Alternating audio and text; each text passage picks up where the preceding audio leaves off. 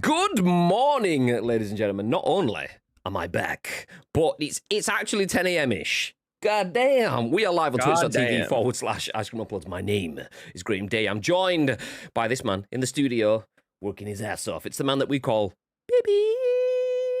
Hello. Good morning and welcome back. Graham Day. Goog morning, should we say. Nice little bit of Google just popping up behind Bib. Nice. But yeah, it's good to be back. It's good to be back. For those that haven't been around, then that's fine, because neither have I. I've been AFK since we did the subathon. So basically what I did was peddle the narrative that I'm a machine because I finished the subathon and Bibby didn't, but Bibby came back into work on Monday. I had a week and a half off after that. No, I got the Rona, which I got my first negative yesterday. Oh, look, there's me on the screen. Let's see what Bibby's doing. Let's go to the big Bib screen for those that. Let's see. Look at this. Wow. We're just gonna go with Grahamception. Scoopception. God damn. No, I did actually just load it up so that I could see the chat. Obviously, if I log into the chat bot, you're gonna get everything twice. So. Smaller again, that's what she said. And then bring this back over to the screen. Nice. So yeah, if you're in the chat, please do feel free to get involved. If you don't know who we are, if you don't know what this is, well, my name is Graham. This is Bib. This guy down here, not this way, because we're on the other screen. And we are Ice Cream Uploads, and in true Ice Creamy fashion, this is The Scoop, the UK's #1 video game podcast. If we do say so ourselves, and when I say we, I clearly mean Bib, goes live each and every single weekday at 10 a.m.-ish. And for the second time in a row, 2 days in a row, we've gone live pre-11 a.m. What is this? What is this? God damn. I know we say we go live at 10 a.m.-ish, but the ish is usually a big old ish. That's why our animated emote has a million eyes. It's not ish, it's ish. Yeah. But today, just 10 a.m.-ish. Nice. Anyway, we do go live at 10 a.m.-ish on twitch.tv/Ice Cream Upload. So if you're in the chat, please do feel free to get involved. We will bring you the biggest, the best, and the breaking stories from the world of video games. We'll give you our thoughts and impressions on those stories. We want to hear your thoughts and impressions, and then your thoughts and impressions on our thoughts and impressions. So if you're in the chat, please do feel free to get involved. And it's important that you do, because the live stream gets turned into a podcast, a video on YouTube, and an audio podcast on iTunes and Spotify and SoundCloud and Google Play. So there is lots of places where, as Bibby probably guessed, I'd say pretty accurately, about 137,000 people have listened to our podcast on demand. We know it was at least 130,000 a few months ago, so it's probably a little bit more than that now. So over 130,000 people have listened to this podcast on demand. That's why you guys, if you are with us on Twitch, make sure you get involved over the next hour or so, because all those people, you can speak on behalf of those. Before we jump into any news, a couple of talking points. First of all, ! Loot drop. If you've ever thought of subbing to Ice Cream Uploads to get yourself into the loot drop, don't bother this month. There's no point. You're not going to get it. Let's be honest. God, there's 420 people that are going to be in the loot drop this month. That's a big old drop. No, if you do want to sub to the channel, then yeah, do feel free. We won't stop you. Naturally, any subscriptions and stuff do help us support the channel. They do allow us to do some creative content, like the subscriptions are what fund new hardware, new software, and as you can see from the 420 subs that we will have in August, it will allow us to put on a physical event for you. That sub number also has allowed us to buy a batch of t-shirts. So those that did, I think it was 10 gifted subs or more during the subathon, unlocked themselves an ICU commemorative subathon tee. Those tees have now been ordered, so they should be with us next week. So probably the week after, everyone that did get involved in the subathon will have themselves a commemorative tee. That is a batch of only 30 tees. We won't be making any more, so if you get one, nice. If you don't, do you know what? You missed out, but we'll have more subathons. We'll have more tees and stuff, things in the future, so don't worry. As well as that, obviously, I mentioned the loot drop. ! Loot drop, if you don't know what that is. Nietzsche has already put it in the chat for you. You could bag yourself a prize just for being a sub. This month, there is 420 people in it. Usually, there's around between 50 and 100. It's usually around 70 to 80 people-ish in it. So if you're a sub, you could win a prize just for being a sub to the channel. Last month's was a video game of your choice, which took 1 million redraws for us to get that. It was actually Mario Strikers. 2.5 weeks. Yeah, exactly. Joke. Mario Strikers or a video game of your choice. That said, actually, on that, whilst it was claimed, who was it that got it in the end? Quit. Oh, Quick, yeah. So Quick did claim it. He hasn't actually received it because he hasn't got in touch with us, kind of thing. We were like, what would you like? What game? What format? And then he kind of went quiet. So I Quick, think he was arguing with Viv. I think it was in the chat in that room because he was saying that he doesn't have a Nintendo Switch. That Viv told him that he didn't have it. He said, "I've got every console." So I think that maybe he does want Mario Strikers. That's what I got. That's what I took from the conversation. But as we already know from this morning's conversation, whatever goes on in my head, it's not. It isn't usually sensical. well, he has claimed it, so he has gone that far. We're just sorting out the delivery of what he wants. So Viv says, "Fool, I'll knock him." Nice. I mean. If he doesn't want it, he saves us 50 quid. So, whatever. If he does want it, then obviously, we just. If he doesn't want Mario Strikers, he doesn't have to have that. We just, obviously, it gets a bit samey if we go, win a game of your choice every month. So we mix it up with different brand and different art. It allows us to interact with different games and stuff, so that's why we put it in. Extra 50 quid for burgers, exactly, Blad. So that's like 2 extra burgers then. Nice. Absolutely. Absolutely. Let me jump back through the chat and see who is here. Lake says, kebab hype. Yeah. Yes, that's the kind of hype that I can get behind. 3 day Did you see it this weekend. morning? I didn't know. What is it? Is this something in the Discord? It is something in the Discord, yeah. And I mean, he hasn't shown us what's going on inside the kebab. All I know is that I'm fucking mortified that I am not having one for my dinner. Okay. It looks quite girthy. Is this in food and drink? Okay. It is in food and drink, yeah. Oh, look at that side. Okay, I can't show it because I've got Bibby on screen for Discord. But this, I'll show you off my phone screen. That you can see there is the size of a plate, and then his kebab just keeps going. What? He's got a plate and a half of kebab. That is badass. Nice. GG's. Enjoy. 3 day weekend hype for Lake. Nice. Enjoy the 3 day weekend. Viv's in Pog. Hey guys, with the up the ICUs, up the ICU, say up the ICU, and then drops a lurk. Thank you very much. Oh, speaking of exclamation mark lurks, I don't know if Timeless is in the chat. Shout out to Timeless yesterday because he made the mistake of creating an exclamation mark lurk audio drop with no time out, no time down, cooldown, and it lasted for about 30 seconds. So me, West, and Viv, a few others were all kind of like exclamation mark lurking in the chat. West, as a mod, if I wanted to signify to people that I'm still keeping the stream open but was leaving the stream, what would I type? Exclamation mark lurk. Thank you, West. There we go. So timeless, fair play to him. Carried on through it all, but then eventually chopped it down. So yeah, shout out to Timeless for the exclamation mark lurks. Exclamation mark Timeless, if anyone doesn't know Timeless channels, by the way. Nietzsche's in, exclamation mark Nietzsche. Nietzsche is a bike seat sniffer, he is. I agree, Basin. Ban the Goths, says Enzo. Oh, sorry, Nietzsche, you're out of here.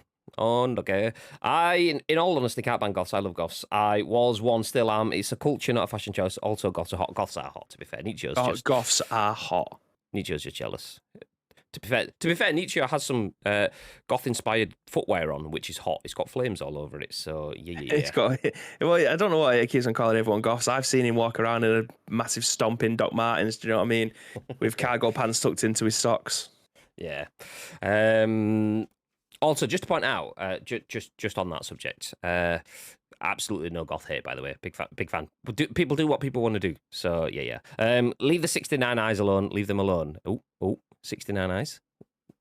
They're a band, aren't they? 69 Eyes. I don't know. 69 Eyes looks like he's throwing me that look. he's got the 69 eyes. Not tonight, mate. I love 69 Eyes. Multiverse Bibby. Bibby is Doctor Strange without the Doctor. I agree. What I've learned in the last 2 weeks is Bibby is a proper grafter but lacks stamina. G has the stamina but takes an eternity to recover. Do you know what? Touche. Facts. Touche.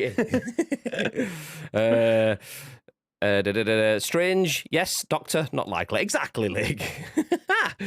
Where do we go? Morning, Timeless. He is here after all. Hey, how you doing? Paper plates in 2022. See, I'm sure that's got to be canteen stuff, though, right? His kebab just keeps going. That's what she said.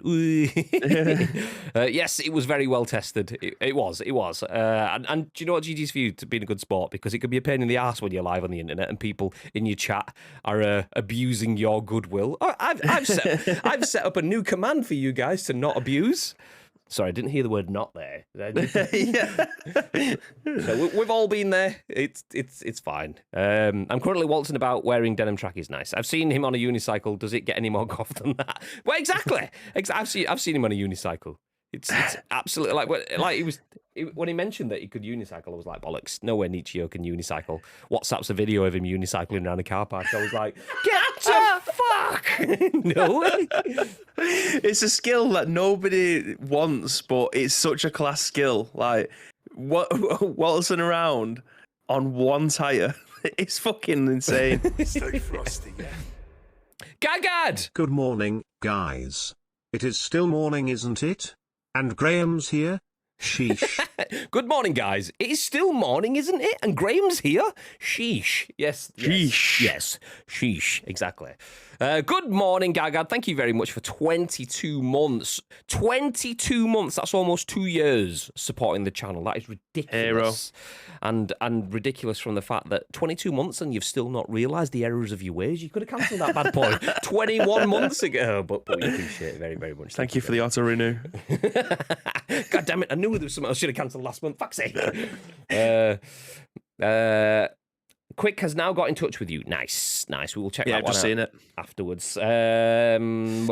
Bibby, I'll bring it to the meet and you can try and ride it. Oh, there we go.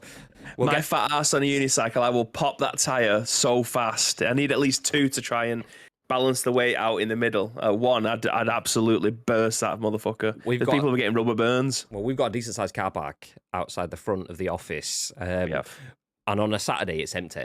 So there is lots of space. I'll get Epoch Cam set up. We can watch Bibby for we'll put in like a segment. We'll have like, do you know, like we had 3 hours of Fortnite. We'll have like 7 hours of Bibby unicycling. If anyone can play the trumpet, that will be fantastic. You know, as I'm flying around the car park on a unicycle. You got full on Discorded then. We got. Oh, did I? Yeah. Okay. I'm the real clown here then. Yeah. I'll buy some off-road rims. By rims, I mean rim. You have to sell your one on Facebook Marketplace. Just excuse me for a second while I have a drink from my mega bottle. This is one of my Father's Day presents. I said to Danielle that I keep drinking I usually, when I come into the studio, I have 2 bottles of water that I drink. I go through one, 500 mils, go through another, 500 mils. So she bought me like a 2.5 litre bottle, which I'm loving life. The downside with it is, I don't know if you can hear it, but it whistles because there's an air hole in it. It whistles when I drink from it, so listen. You're slurping. Yeah, exactly. Sorry, Milo. Looking R2D2 over here. So anyway, we are here to talk about video game news. Are we? Surprisingly, yes. I think so. It seems like it's that. So we are back with video game news, and we are talking to you about the fact that video games, people love to watch them. People love to watch news stories about them. As our first story, Tom Ivan at VGC has it says, Summer Game Fest says it's attracted a record number of viewers in 2022. So even though we didn't do a watch along, people still watched it. That completely blows my mind. I thought people only watched Summer Game Fest and E3 and things like that because we did watch alongs. But there you go. Turns out it's not just about us. Surprising, but there you go. After that, we will jump into a story about GTA Vice City. Apparently, a deleted mission cast Tommy Vercetti, the lead character, in a movie. We'll then talk about Bobby Kotick doing things that people wouldn't expect in 2022. Hackers stealing over $2 million worth of skins from a CSGO collector. And if you are an Amazon Prime subscriber, exclamation mark Prime in the chat, do feel free to throw down your Prime subscription on the channel. But that's not what it's about. If you're a Prime subscriber, there is now 25 free games. Exclamation mark, no, hashtag should I say, Free Game Thursday in the stream today. It's usually Free Game Friday, but you know, it's Thursday is what it is. 25 free games, and some of them are decent as well, to be fair. So make sure you check it out. Jumping back, actually, just in case you haven't seen this before, a little bit of a change up, but wait, where is it? We do have company in my room. We're talking about pets in West Sandham's streams this morning, but there he is, looking up at me. Here he is. Little Milo, although that's incorrect, it's not 12 weeks, it's 13 weeks now, so nearly 14 weeks, but there you go. Anyway, back to the split screen. Bib. Yes. Did you watch Summer Game Fest? bits of it, not in its absolute entirety, obviously, because I wasn't doing a watch along, so I didn't have to pay that much attention to it. But yeah, of course, surely the whole world did, right? Yes. No. Okay. No. Funnily enough, me and you didn't watch, but everyone else, you know, they backed us up. They were there for us. As I can show you this news article, Tom Ivan at VGC says Summer Game Fest says it attracted a record number of viewers in 2022, including 3.5 million peak concurrent global viewers. Oof. So not 3.5 million in total, 3.5 million at once. What the fuck? Good efforts. Good efforts. So Summer Game Fest has attracted a record number of viewers in 2022. The show's creator has claimed. The third Summer Game Fest showcase event took place on June the 9th and featured games including Call of Duty Modern Warfare 2, Street Fighter 6, The Callisto Protocol, Gotham Knights, and The Last of Us Part 1. According to event creator and host Jeff Keighley, this year's show was the biggest Summer Game Fest in terms of viewership and social media engagement, including a record 27 million global live streams, up 8% from 2021. Also, I just want to point out, June the 9th, the exact date that I got COVID, because that's the award show that I went to and got the germs. So I should have watched Summer Game Fest instead. So the event attracted 3.5 million peak concurrent global viewers and had over 6,000 co-streamers. Twitter conversation about the event was reportedly up 100% compared to 2021, and the use of the Game Awards hashtag was up 69%. Giggity. Nice. While a record for the event, it has some way to match Keithley's The Game Awards, which delivered 85 million live streams in December 2021. The core of Summer Game Fest took place from June 9th to the 12th, but announcements were spread over a matter of weeks this month. PlayStation State of Play event on June the 2nd. Interesting. I wonder if they're going to take some credit for the stats from PlayStation State of Play as Summer Game Fest, even though it wasn't anything to do with it. But that featured Resident Evil 4 Remake, Street Fighter 6, and Final Fantasy 16. Then the Xbox and Bethesda Games Showcase, which took place on June the 12th, included the first Starfield gameplay and Redfall gameplay. And next year's Summer Game Fest will both be a digital and in-person event. Ooh. Interesting. I'm excited to share that Summer Game Fest will return in June 2023 as a digital and an in-person event to bring the game community together, he said at the end of this year's showcase. We can stop there. We can stop right there. So, turns out, despite E3 being dying and on its deathbed, should I say, for the last decade, people do actually want to watch video game conferences with a 100% increase in Twitter conversation and a bajillion people watching live concurrently or watching on demand over the course of the few weeks. Does that surprise you, or is that what you'd expect? It doesn't, and I know that's a little bit of a cop out, but I'll explain why. The reason it shocks me so much is because last year I'm fairly certain we was all still housebound. Which, what else would people have been doing? Either playing games, watching games, or fucking sitting in the garden or doing whatever it is. I don't know if it was allowed out. I don't know if it was still in lockdown then.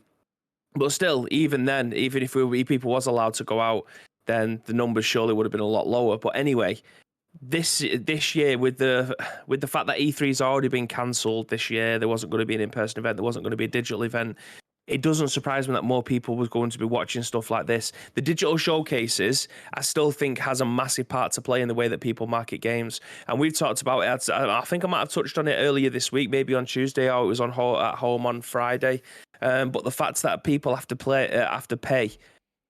Yeah, I'm not even saying hundreds of dollars. I'm not even saying thousands of dollars. I'm saying upwards of hundreds of thousands of dollars for people to be able to advertise their game at the likes of Gamescom, where they have to have a stand, or they might have a billboard, or they might have an advert being put in during the live broadcast and stuff. Obviously, people have moved away from potentially being at these events. Like Nintendo, for instance, isn't going to be at Gamescom this year. PlayStation aren't going to be at Gamescom this year. Activision Blizzard aren't going to be at Gamescom this year. And they are massive, heavy hitters. And they're also giving the analogy as well of, if you go to a festival and you pay £100, you get to see 35 artists, 6 of them you may be massive fans on, and that those themselves will probably sell their tickets for £100. But you're getting 6 of those bands for £100. That's definitely worth your money. But if you're going to Gamescom this year and you're still paying £75 for your weekend ticket or your day ticket, and then 3 of the biggest companies in video games aren't going to be there, do you still feel like you're getting your money's worth? And then that's where all of these companies end up pulling their advertisements from, because they think, fuck it, we'll do it ourselves. We'll make our own digital showcase and show the games that we want to show at a time when we want to be able to show it at a cost of next to nothing. And I feel like that is the way that these digital showcases are going to go in the future. It doesn't necessarily have to be at events like E3 and Gamescom for them to be able to get the biggest bang for their buck, as well as looking after their own profits themselves. So that's why I personally think that digital showcases are going to play a massive part in our future, and these numbers genuinely don't surprise me as well. Yeah, no, I agree. My concern with something like this, though, is the fact that Summer Game Fest is pushing to replace E3. And when I say E3, I mean the ESA. E3 was being replaced anyway. So we had the E3 broadcasts, the E3 stage, which then we got Xbox buying their own arena next to it, Nintendo doing their own directs, EA Play being in the same city at the same time, but different. Same, but different. But still same. So, like, that sort of stuff has already been whittled away. Jeff Keighley is trying to bring Summer Game Fest to bring everything back in together, which is great. But then Jeff Keighley needs advertising, needs revenue to put all that sort of stuff on. So he does that, and then over time, Jeff Keighley's costs go up, and that to get, like, if he's got 3.5 million peak viewers, then that's where it will happen. It will transition. Jeff Keighley's first year is probably like, yeah, of course I'll put you a spot in for free. If you can put 10 grand in, that'd be nice. But then by year 5, he's like, yeah, mate, we get 3.5 million concurrent viewers, 27 million over the course of the show. Do you know what that media value is? It's worth 3.5 billion pounds, but I'll do it you for 100 grand. But Mr. Independent Studios like, okay, well, it was like 10 grand that I couldn't afford 5 years ago, but I've managed to get to the point where I can afford 10 grand this year, and it's now 100 grand. I can't afford that either.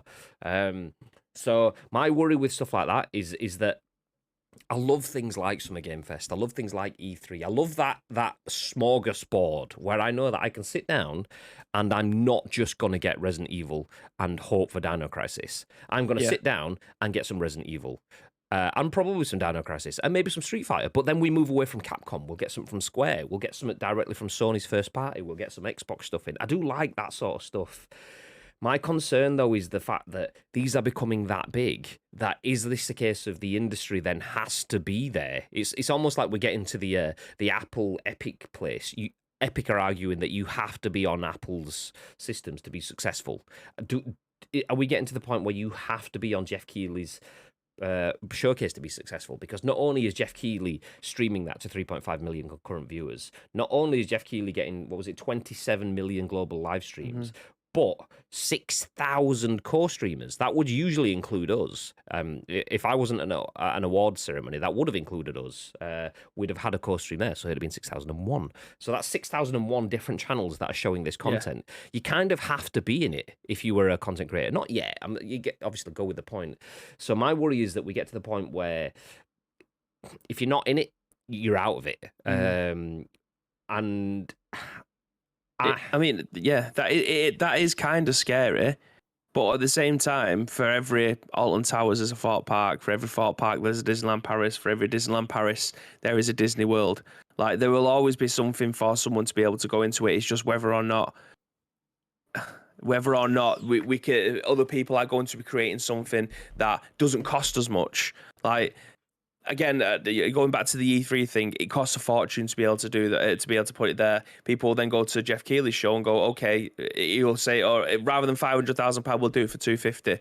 And then something else might come along and go, do you know what? Rather than 250, we'll do it for 100. It might not get the numbers that they get, but we're going to advertise this as a specific event where your game fits in, where all the other games around it are in a very similar category. Like, the thing is with Summer Games Fest, if you was to bring out an indie game or you bring out a AA game rather than a AAA game, your game is going to get lost around the announcements of like Resident Evil 4. Yeah.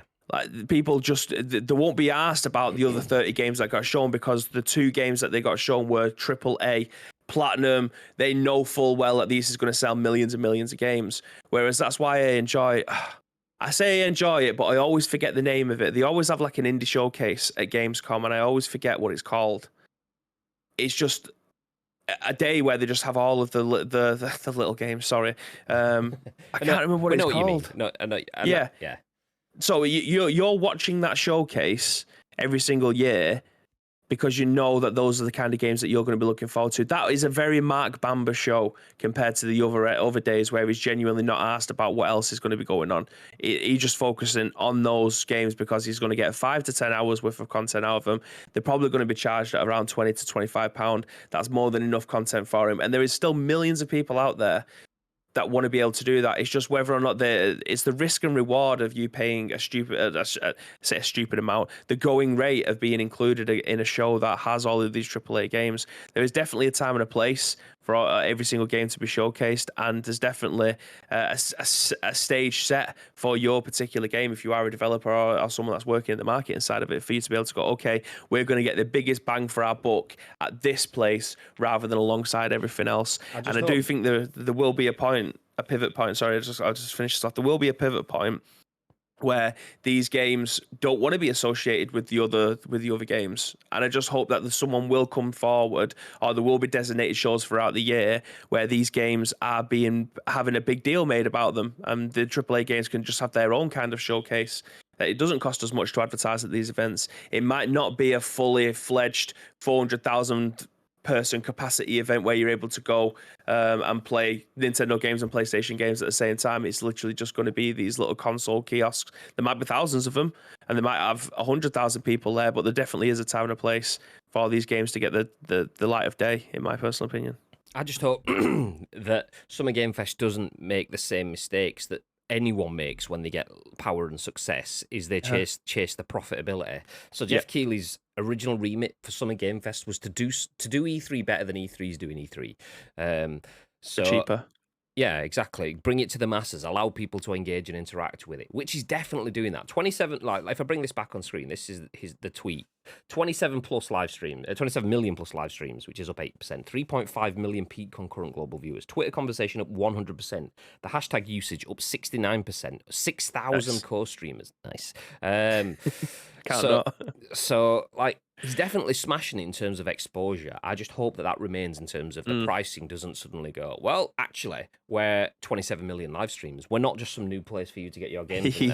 It's actually 27 million, so you've got to pay for we are a premium product that has a premium price, and I hope it comes with that, because next year we'll have a physical space with it as well. So those cheap prices that we've spoken about, do you know how much does it cost to go to E3? Well, you need to pay for the stand space, and a lot of the cost obviously goes to the ESA, no doubt. But the ESA are hiring out the LA Convention Center in the middle of June, which isn't going to be cheap. So floor space will be paying for that. Plus you've got your stands, plus you've got your staff in, plus you've got your media and stuff all around it. Jeff Keighley's doing a physical show, so he's going to have that. So suddenly Summer Game Fest actually has some really expensive options within it as well. I just hope that it's not just a case of it's like if you're leaning into memes, Jeff Keighley and Kojima are the same person, pretty much. I hope it's not just a case of, hey, Indie Guy, do you want to spend all of your annual marketing budget to get a drop in the ocean because we're going to show Death Stranding super limited edition director's cut version for 27 minutes at the end of the... And that's the thing for me is, like, I hope he practices what he preaches as we go through. If that's the case, then that's fine, because he's definitely evolved video conferences under the guise of Summer Game Fest more than E3 did. In all of its time. It's definitely more inclusive, more accessible, wider reaching, less restrictive. He's switched on, but not necessarily perfectly, to the idea of using things like Twitch gaming so that we can have streams that have audio that is suitable for co-streamers that don't get strikes, i.e. watching the Guardians of the Galaxy trailer. Yes, it was a bit gash with like... copyright-free music, but the fact that someone has pushed studios to make that sort of stuff, he understands from content creation side what content creators need to be able to be a part of that industry. And if you lose content creation from that side of the industry, you lose a massive thing. So him doing that is so much more advanced than what the ESA ever did. So big props to him. I just hope it continues to go that way. The interesting thing for me, though, is the fact that it's up 8% in terms of overall viewership, and all of the other stats, including that 69%. Nice. The fact that it was all that, whereas there was a lot of people that were actually saying Summer Game Fest was pretty weak overall. People expected big things, but you get Call of Duty Modern Warfare 2, which had been leaked already. We knew it was coming. Street Fighter 6, which had been shown off already. Yes, they've got a marginally better logo. The Callisto Protocol, we have seen at Jeff Keighley's awards, Jeff Keighley's show twice, I think, before that. It was announced at the Game Awards 2 years previously or something like that. So we've seen that. Gotham Knights, we've seen tons of stuff for at this point. And The Last of Us Part 1, which was the big headline thing, is a remake of a game that has been remastered already. So people were like, it's not actually much there, really. Obviously, we've got Resident Evil 4 and things like that as well from Capcom and so on. But overall, people saying in terms of punches, you go back to Xbox's stuff last year, bigger, stronger, haymaker, hit after hit after hit. Game Fest, not as much. So it's good to see that the stats are still up, despite people saying the content weren't there. That just shows you that people want video game content. People want the future. People want to move ahead with video games. And even though the content might not have been there, the people were there. So it shows that people do show up. Hopefully, the fact that the content might not have been there for everyone doesn't stop people showing up next time, because Jeff Keighley will be back with Opening Night Live in a couple of months, and we'll get to go again. So nice. Big fan of it. Numbers going up is what we want to see in video game content consumption, particularly because we stream stuff as well. So nice. Let's go. Jumping into the chat, Ken, oi, all right, Treacle, how you doing, love? Welcome in, love. West dropping the exclamation mark. Are you not still streaming, West? Are you dual wielding? Nice. Timeless says, oh, Milo Cam.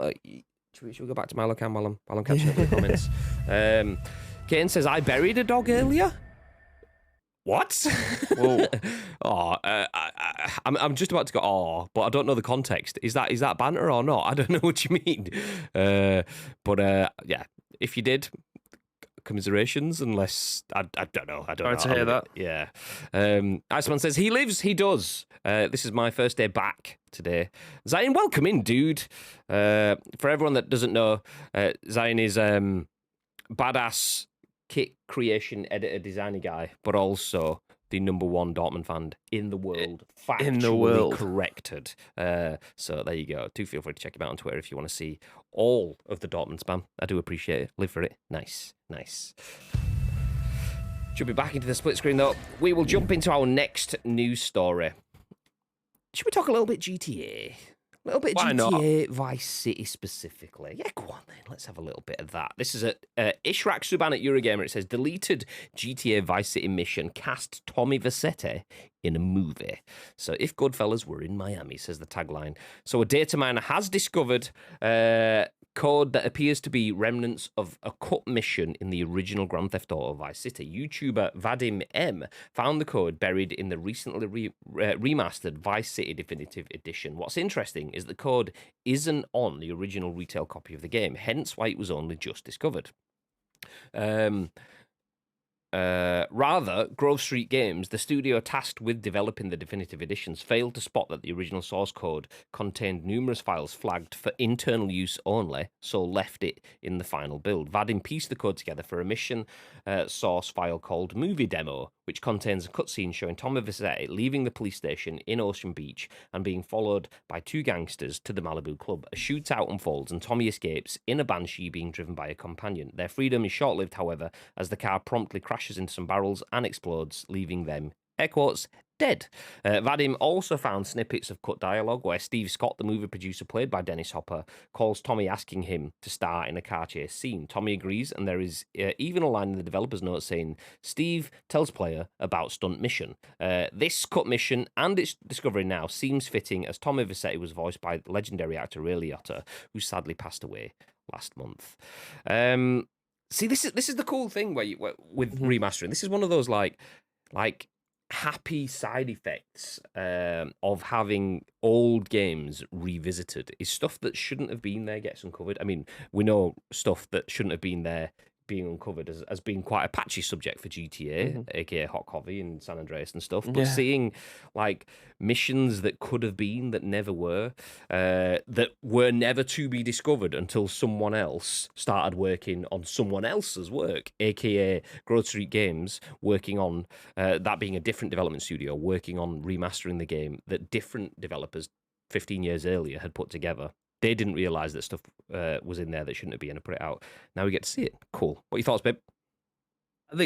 I mean, in the article, it does show a video of someone actually restoring the mission and putting it back into the game again. But I don't know what kind of event it would have to be for you to be able to trigger it to it just be naturally in the storyline anyway. But yeah, like I say, this is cool shit. Like, never before seen footage of obviously an actor that's now passed, but part of one of the best games ever made in GTA Vice City. It's a mission that nobody's ever come across that he would have voice acted, and it's been cut. This just goes to show that there is still a shitload of missions out there in these games, these GTA games, that's still on the cutting room floor, i.e., still in the code somewhere. So it's amazing that you could probably build either a sequel, a prequel, or just make the mission, the entire storyline longer with these cut missions. It's amazing. It is cool. It is cool. I love seeing stuff like this. I love seeing conversations that were had 15, 20 years ago. And for some reason, this didn't make the cut. Either it was too long, either they needed to get some cutscenes put together involving the car chase and the crash or something like that that was just a bit too much resource. And they thought, you know what, it doesn't add that much. Maybe the character that you're doing those missions with, usually they have their own sort of like strings. So if you go to, can't remember the name of the dude, Steve Scott, the movie producer, usually Steve Scott will have like 8 missions across the course of the game. And they might be things that you can do back to back to back, or they might be things that only pop up at certain points.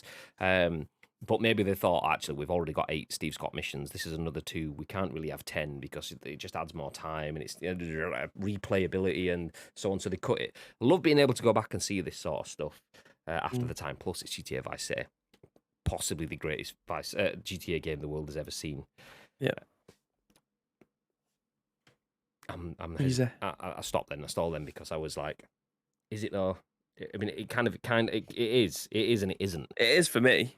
Yeah, the reason it is and it isn't is because arguably, what's the word? Mechanically, San Andreas is a better game, but GTA Vice City has the style, the vibes, the tunes, the characters, the story, and everything. So that's the only thing that makes me halt. Is I go Vice City is better, and then I go but San Andreas was just better. Yeah. But and the thing is though, like whilst Vice City's 80s soundtrack was, I mean, I know we've had this conversation before, so apologies for those that have heard us discuss this a bajillion times on the scoop. Vice City was definitely, for me, a soundtrack that is better. That said, San Andreas with that old like 90s hip hop sort of stuff was also a banger sort of game. So, well, it's fantastic that we have both of these games because they are just I don't want to say throwback. It is just like an era. It's as if you was to freeze frame an entire era, and you're able to play in those. Like, it's a microcosm. There you go, microcosm. Yeah. Obviously, I didn't live through the 80s, so I didn't get to experience what the 80s was like. But obviously, other things, other pop culture things like Stranger Things, for example, is obviously giving people who didn't have that knowledge of what the era was like back then the opportunity. Obviously, I lived through the 90s. I kind of got that vibe. Obviously, I was only young when the 90s hip hop vibe was just kicking off, kind of thing.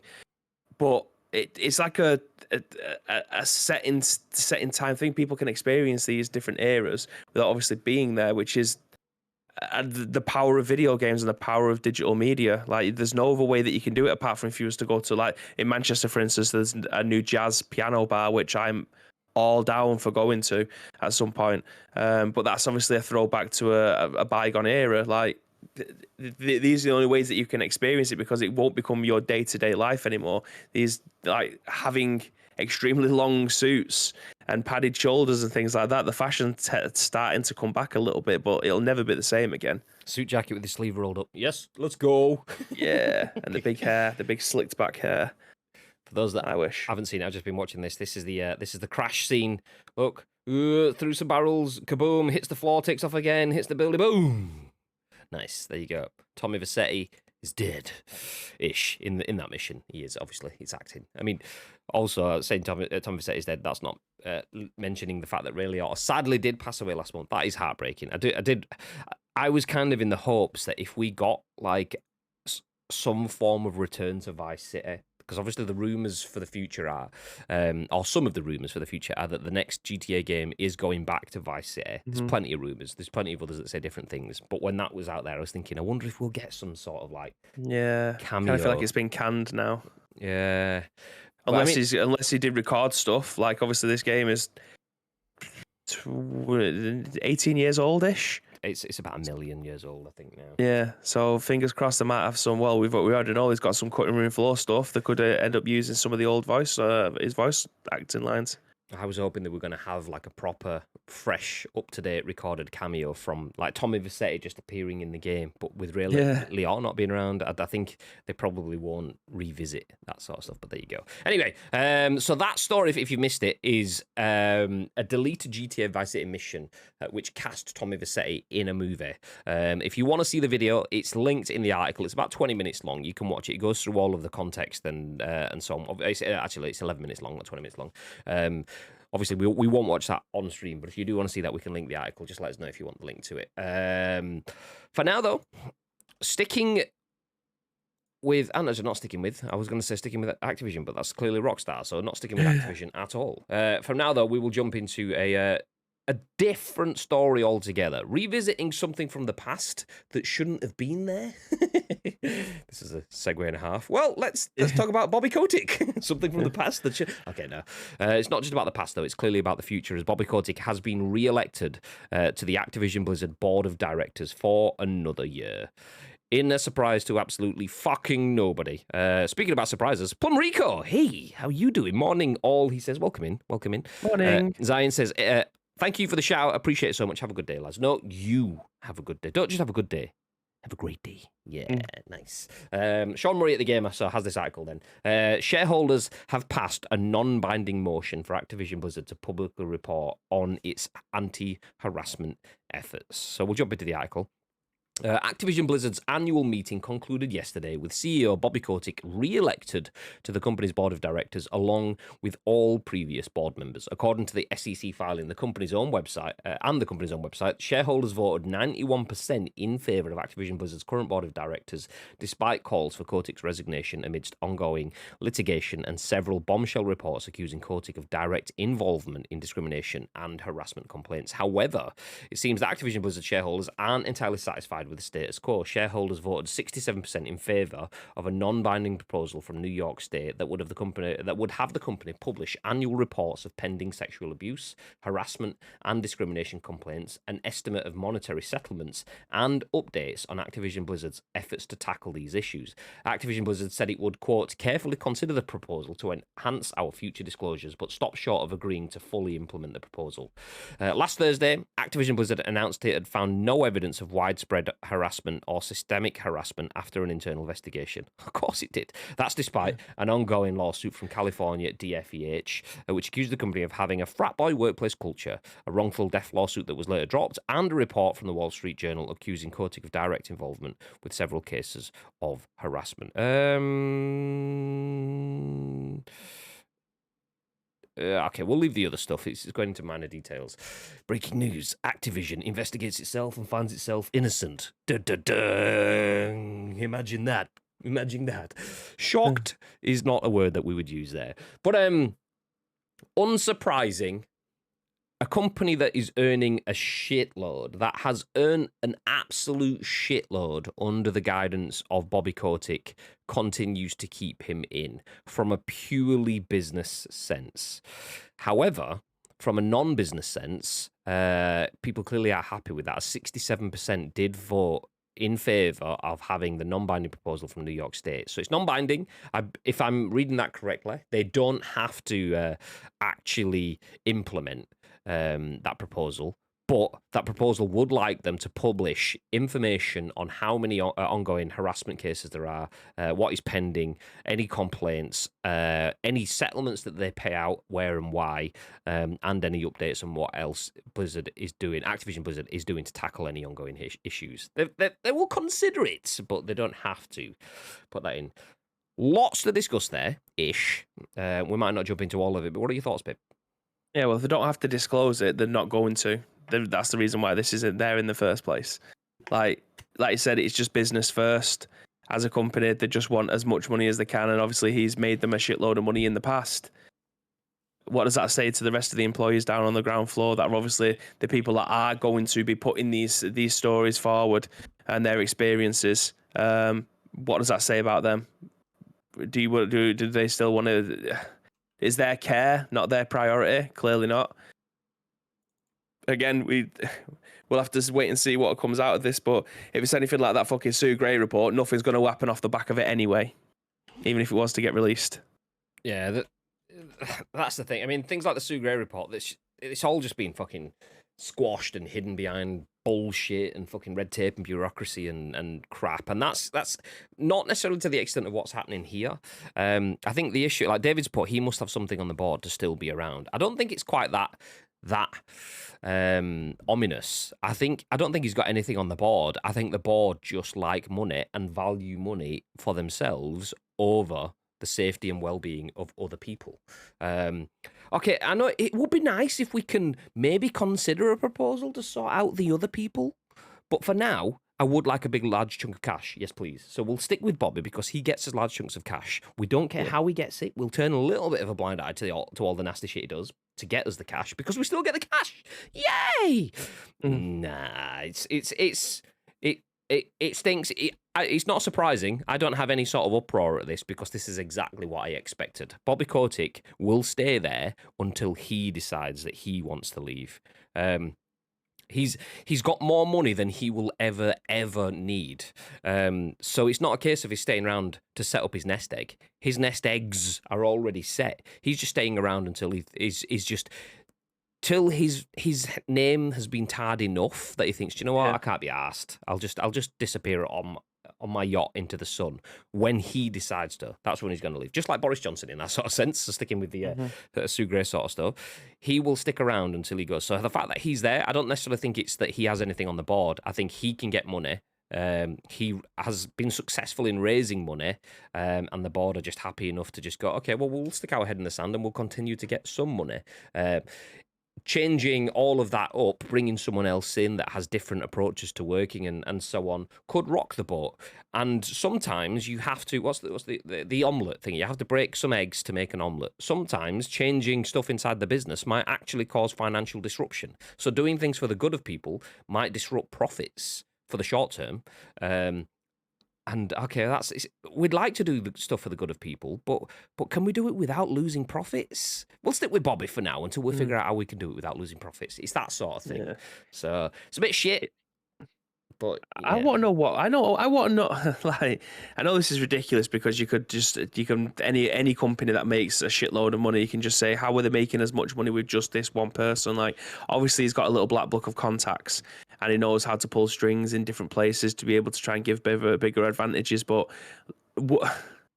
this is a ridiculous statement to make, but would losing him mean that they would overnight lose millions of dollars? I think it's probably more like when you watch like sort of like political dramas. Like, actually, have you seen Ozark? No. Okay. For anyone that's watched Ozark, that's kind of a good thing because there's a good example. Without spoiling it, there is a lot of political buy-in, and there's bits where one of the characters wants to get like laws and stuff passed, and they have to get like senators and stuff on side. So you have to schmooze certain senators, and if you get that senator, then he'll be able to convince other senators, which will back you, and then you'll get stuff done. And it's kind of like that. You get rid of Bobby Kotick, or you try to get rid of Bobby Kotick, you're going up against a man that has probably hired 6 of the other 8 people on the board, or whatever the number is. So those 6 people are like, okay, well, Bobby got me the job, so for me to turn my back on him, you need something that's got to be worth my while. Yeah. Also, I know that Bobby hired the other 5 people around the table. So if I turn my back on him, that's Bobby and 5 other people versus me and you. We're not going anywhere. So you need to get 3 other people to get. So it's more a case of, it's like strength in numbers, like jobs for the boys kind of thing. Loads of people in the same sort of clique backing each other. So I don't necessarily think it's he has all of the ideas. It's a case of he has solidarity, and getting rid of him isn't just that simple. You need to get everyone else to want to get rid of him. But he does then have 20 years of turning the company from a company that makes, what was it, hundreds of thousands to billions. Yeah. And that sort of business repertoire is very, very it's very hard to match. So a lot of people going, you just can't find anyone else that can do what he can do. And on if you forget everything else, then that on paper in black and white is monumental. So they're just looking at that and going, well, there you go. There's your reasoning. But then you look at all the stuff around it and you go, yeah, but is it really worth it? Is it like how much shit, how much loss, how much sacrifice do you have to get for that to be viable? But money speaks, money talks, and that's what it is. If Vince McMahon is looking like he might be booted out from the WWE for having an affair or 7, how can he survive? It can't be just profit. No, it can be different. Horses for courses. Vince is a different entity as well. Vince can disappear while still getting shitloads of money. Vince also has been part of the front of house stuff, whereas Bobby Kotick has been. Vince has been an asset that's been used in storylines as well. So there's slight nuances that change all of that. Vince isn't some corporate name in the background that can just dig his heels in and go, well, you don't see me, there's nothing to do with you. Vince is someone that you've bought into or bought into fighting against previously. So that's a slightly different context there. So him being called up, that is something very front of house that has an impact on boardroom level stuff. So that's a bit different there. But we'll put a pin in that. Bobby Kotick, it's nice for us to. It's not nice. It's a duty for us to come back and address these changes so we can keep up to date with all sorts of stuff like that, because we will be playing Call of Duties and whatever, Overwatches maybe, the games that come out from Activision, and it would be daft of us to play those games and at the time go, oh yeah, but they're not good people, if we don't actually keep up with the negative stuff. So yeah, we won't stand it for too long, but we do want to keep bringing that story back up whenever there are advances, just like that one. For now though, hackers have stolen $2 million worth of CSGO skins from a collector. Quote, this is the most expensive inventory of all time. This is written by Ishraq Subhan again, once again at Eurogamer, and it says, anyone who plays Counter-Strike Global Offensive knows that a cosmetic collector first, that it's a cosmetic collector first, and then a first-person shooter second. Some players take their cosmetic inventory very seriously, which they can buy and sell for hundreds of pounds. Now, one unfortunate collector claims their entire inventory, worth an estimated $2 million, has been stolen by hackers. Thanks, PC Games then. In a tweet, the collector, Owen Pixel, asserts this constituted, quote, the most expensive inventory of all time, end quote, which contains some of the most legendary items in the CSGO meta. Then there's an embedded tweet. I won't read that just in case it's repeated afterwards. So the No Star Karambit and the #1 or number 1 blue gem variant of the Karambit case hardened knife is said to be worth around $1.4 million alone. $1.4 million for a fucking skin. What? According to Owen Pixel, half of the inventory has already been sold, with the other half being transferred to the hacker's Steam account and are currently on trading hold. It's unclear how Owen Pixel's Steam account was compromised, but they say they are now desperately trying to reach support staff at Valve to return control of their account. Sheesh! $2 million worth of ones and zeros. Fuck.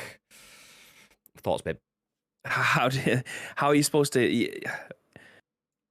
Then again, if you're handling stolen goods, then you have to return them, don't they? If they know where the final destination of the goods is, they have to return them. They might not ever be compensated either for that. So if they're paid £300,000 for a particular item, and then someone, if I had £300,000 worth of an item that's stolen, and then I sold it to someone for the same amount, like I would obviously be found out and then arrested, but that person would have to give the item back to its original owner, right? Yeah, I mean, it's kind of difficult because you can get done for handling stolen goods. I mean, I don't know if there's like nuances in there of like if you don't know you're handling stolen goods, whether you can be prosecuted, but you could still potentially be made to pay up, sort of things like that.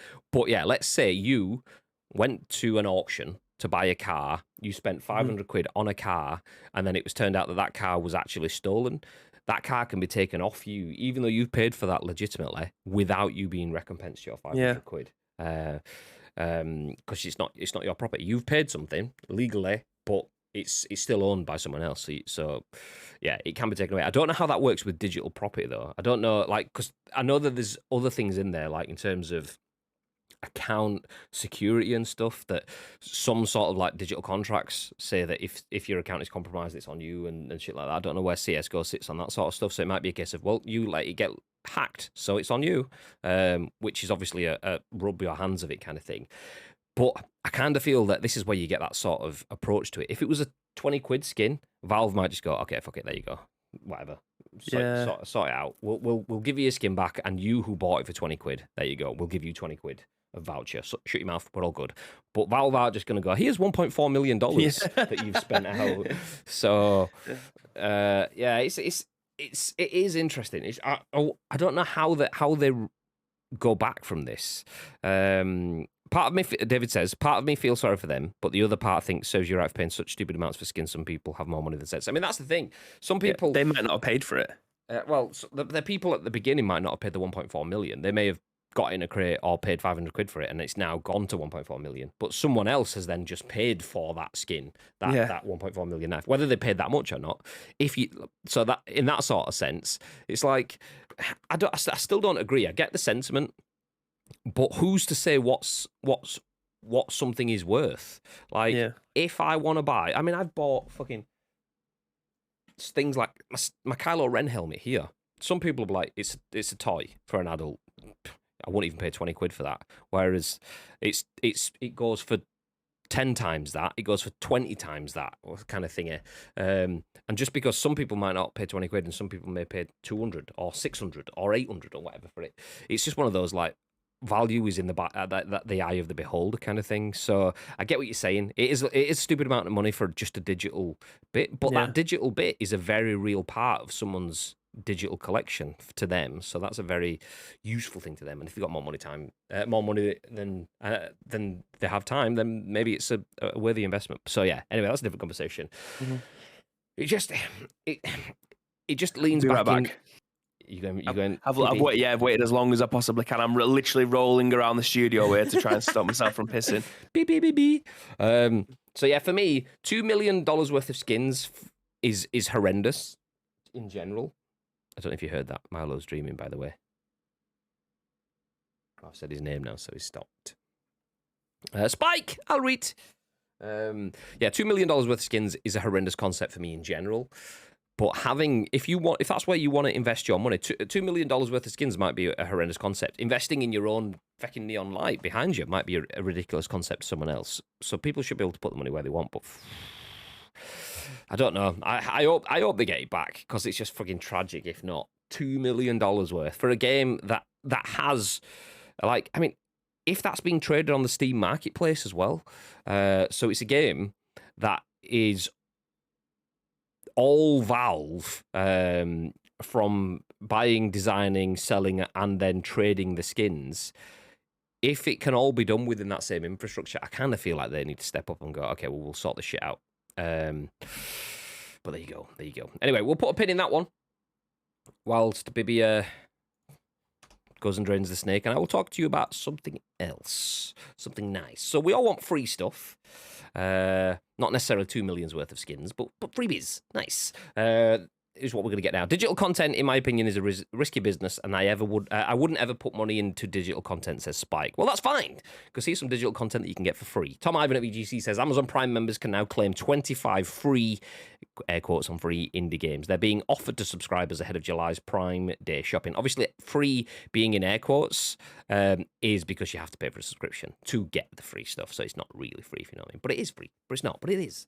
So Amazon is currently giving away 25 indie games to Prime members. The PC titles, which are listed below, are now free to claim until July 13th. The online retailer recently confirmed that Amazon Prime Day 2022 will take place over 2 days from July 12th to July 13th. Massively excited for Amazon Prime Day. Hopefully it's spectacular. Chatting to this about this with Nietzsche last night. Yeah. So in the run-up to and coinciding with its annual shopping event, Amazon is giving away over 30 games. They include 25 indie games listed below and 6 more, which will be available from July the 12th to the 13th. Mass Effect Legendary Edition, Grid Legends, Need for Speed, Heat, Star Wars Jedi Academy, Star Wars Jedi Knight 2, Jedi Outcast, and Star Wars Republic Commando. Prime Gaming, which is available as a part of an Amazon Prime subscription, offers members new PC titles to keep and exclusive in-game content every month. June's free Prime Gaming titles are Far Cry 4, Escape from Monkey Island, Astrologaster, Across the Grooves, Calico, and World Rallycross 8, FIA World Rally Championship. There you go. So here's the full list of games. I'm not going to read out the full list. You guys can read if you want. I'll leave it on screen for a couple of seconds. I will just shout out 10 Second Ninja X because I know the developer of that game. I've known him for years. So GG's. Go get that one. If you've got Amazon Prime, go get that. Go get that one downloaded. Let's help out a brother. Yeah. I'll put it in the chat for you guys as well, just so you can see it. I'll get to it easy enough. And yeah, there is a bunch of other games there spread out across the list. There you go. Link is in the chat, so I'll take this off the screen now. If you do want to see it, click on the link. If you are watching this on demand, then it'll be in the descriptions and stuff below anyway, so you can click the link from there. I might be biased because it's non-physical, but if the servers get shut off and the game gets sunsetted, then that's 2 million gone. The helmet stays with you until it's damaged, or you want to get rid of it. And that's part of the concept that I agree with. It's the same thing for like, that's why I prefer, I mean, I am very much a digital person when it comes to video games now because of the industry that I'm in. We obviously do a lot of game covering, so we get codes for games and stuff. So a lot of my game library is now digital only. But if you ask me what I would prefer a digital disc, a physical disc, because I want the case. I want to open it up. I used to like flicking through the book. I like the tactile experience of having a physical game. That said, because of the way we work, digital is often better because that means I can download it here and then go into the studio and I need to play PUBG or whatever. I know it's free to play now, but I used to download it on the console at work so I can play it there too, kind of thing. So yeah, swings and roundabouts. And the things with something like CS:GO as well, you kind of know that game's not going to be sunsetted in the imminent future. So you know that 2 million investment is probably going to be a solid long-term investment anyway. I know nothing is ever certain, particularly in media, but you kind of that's as surefire bet as you can get. So I do agree though. I mean, I wouldn't spend 2 million on it. I wouldn't spend 2 million on Kylo Ren's helmet, but yeah, same. Yeah. Have you? What's the words I'm looking for? Not that. So there was the Twitch app, which also doubled as a Twitch game launcher. That has now been superseded by the Amazon gaming launcher, right? Mm-hmm. Because I didn't know this until the other day when I actually went to claim. It was Lake that was talking about Monkey Island. I was like, oh yeah, that's on the Prime thingy. And then I realized that if you install the Amazon launcher, it can then port over the games that you've previously got on the Twitch launcher. So I'm assuming they're going to sunset the Twitch launcher and then use the Prime gaming launcher. I think they did that a while ago, the Twitch one. Is it still there, the destalk app? Yeah, I mean, it's still there. They might not be using it for anything anymore. Right. Because I don't open it. I don't use it. I watch Twitch in browser and I've never played the games from it. It's those where I got Stranger Things 3 about 4 years ago on it and then never actually played it kind of thing. So I've never used it. So it was only when I came to actually looking at those games and it's like, yeah, get the Amazon launcher. So go on then. I don't want another launch, but yeah, go on then. And it's like, oh, we've got all your other games and your Twitch launcher. Do you want to move those over? I was like, oh, okay. That must be it dead then. Okay, transfer, get them all over. Nice. Any of those games tickle your fancy, Bib? Or you just happen to be getting freebies? I may have already had, when I pulled this article, I may have already added them all to my library anyway. But I think I've got like 200 games in my Amazon library. There's a few that I've downloaded, a few that I've played, but listen, I'm technically paying for these, having my Amazon Prime. So I'm happy that I'm getting free shit. They're just getting added to my account anyway, regardless of whether or not I ever want to play them. Because it could be that later down the line, I think I might see somebody playing it, or I might come across a video and think, do you know what? Actually, I passed that by originally. This actually looks pretty sick. It looks like a Bibby game. I'll go and download it. And there it is in my library, ready for me to be able to play. I may have been flicking to my log cam while you were doing that, because he's like full on contortionist, bending his back kind of thing in his bed. Nice. No, I didn't actually do that. I was going to do the same thing. I was going to add them all to my library, but then it was a case of, I was like, I need to get onto the stream and sort out the dog and stuff, but I'm going to do that now, he says. I'll probably forget. I always forget. But yeah. I mean, I've not even redeemed this week's Free Game Friday Epic Games We're store. just about to say, have you gone and done that yet? I don't even know what it is. I can't remember what it was. I don't think it was a banger. I think we've had a banger for like the last 3 weeks. I don't think this week's was that. It could be next week. It's almost like we're in album track period, period kind of thing. You get your banger tracks, but then you get a couple of album tracks. So when they had those mystery game, you know that's going to be a banger. But then when they go back to normal schedule after that, it's album tracks. It's like filler space kind of thing usually. So interludes. Yeah. There you go. Speaking of interludes, we'll send you into someone else's ludes. No, that's the my ludes. Yeah, we'll send you into Bibby's ludes. Let's go. We're going to wrap things up. Thank you for sticking around for my first scoop of the week, Bibby's fourth of the week. We have one more. That is tomorrow. A heads up though, because Bibby is the grafter and I don't do anything. Next week might be patchy with scoops. We'll see. It might be a case of we only get Monday, Wednesday, Friday. So when I'm in the office, we might not have scoops. We'll see what happens. It might be a case of we'll just get the scoops, but then like I don't put the video segmenty stuff together around it. We'll see. Either way, warning now that there's probably going to be less scoopy content next week because access time and stuff. We'll see. Bibby can do it all on his own because he's a grafter. I can't because I'm a lazy fuck. So it is what it is. I mean, it's a weird narrative that we've got going on. I mean, not that we've ever come up to that conclusions ourselves, but yeah, it does appear that people think that when it's usually quite the opposite. That's fine. We'll let them keep the narratives. It's okay. It's just we all got to play our roles. People assign a role, and you got to live it. It is what it is. Face and heel. Let's go. For now, though, we are going to wrap things up. Stick around. We are going to drop a raid on one of our friends. We're not sure who is live, so we will see. Stick around for that raid because you do get yourself a few extra sprinkles, which are the channel points on our channel. You can do things like changing the lights, making me sit up straight, have a drink, that sort of stuff. You know. If you stick around for long enough, you might even be able to buy yourself a sub to the channel. It will take you a while, just to let you know that. You can also get involved with the prediction games that we do when we're playing PUBG and things like that. So, it's useful to have. So stick around for the raid. You'll get yourself an extra 250 sprinkles just for doing that, and we get to help out someone else. So everybody literally wins. Nice. Before that happens, though, Mr. Bib. Yes. Is there anything you'd like to add? Yes, again, thank you very much for joining us for the 4 episodes of The Scoop this week. We still have one more left, so if you do want to help shape that show, there is 2 ways that you can do so. First of all, find us on social media. It is at Ice Cream Rollers across all major social media platforms, and alternatively, get involved with our Discord. All we need from you is a URL plus your thoughts and impressions. We will then give you our thoughts and impressions on the very next show, which will be at what time tomorrow? And the last one for me for a week, Mr. Graham Day. Probably about 3:30 in the afternoon. No, 10 a.m. 10 a.m. Yes, 10 a.m. I've just seen that Jumbo Ash is live, and he's raided us a bunch of times. So if you do us a favour, stick around, drop in, say hello to Jumbo Ash. He is a Manc, supports the best team in Manchester. Well, debatable. I didn't know he was a City fan. Debatable. But he's a good guy. If you do like someone that plays football, stick around. If you don't like football, then do feel free to get involved in conversation with him. He's a very, very good talker. He's an opinionated person, but not one of those annoyingly opinionated person. He's good for a chat. Even if you don't like his opinions, you respect them usually. So yeah, do feel free to stick around as we drop the raid on Jumbo Ash. For now, though, have yourselves a beautiful day. It's sunny as hell in Manchester. Hopefully it is. He's wearing a bucket hat. He's wearing a bucket hat. There you go. Because it's sunny in Manchester. He's got a bucket hat. It's twisting his melon, man. Let's go. But from us, have a beautiful day. Get your bucket hats out and stay frosty.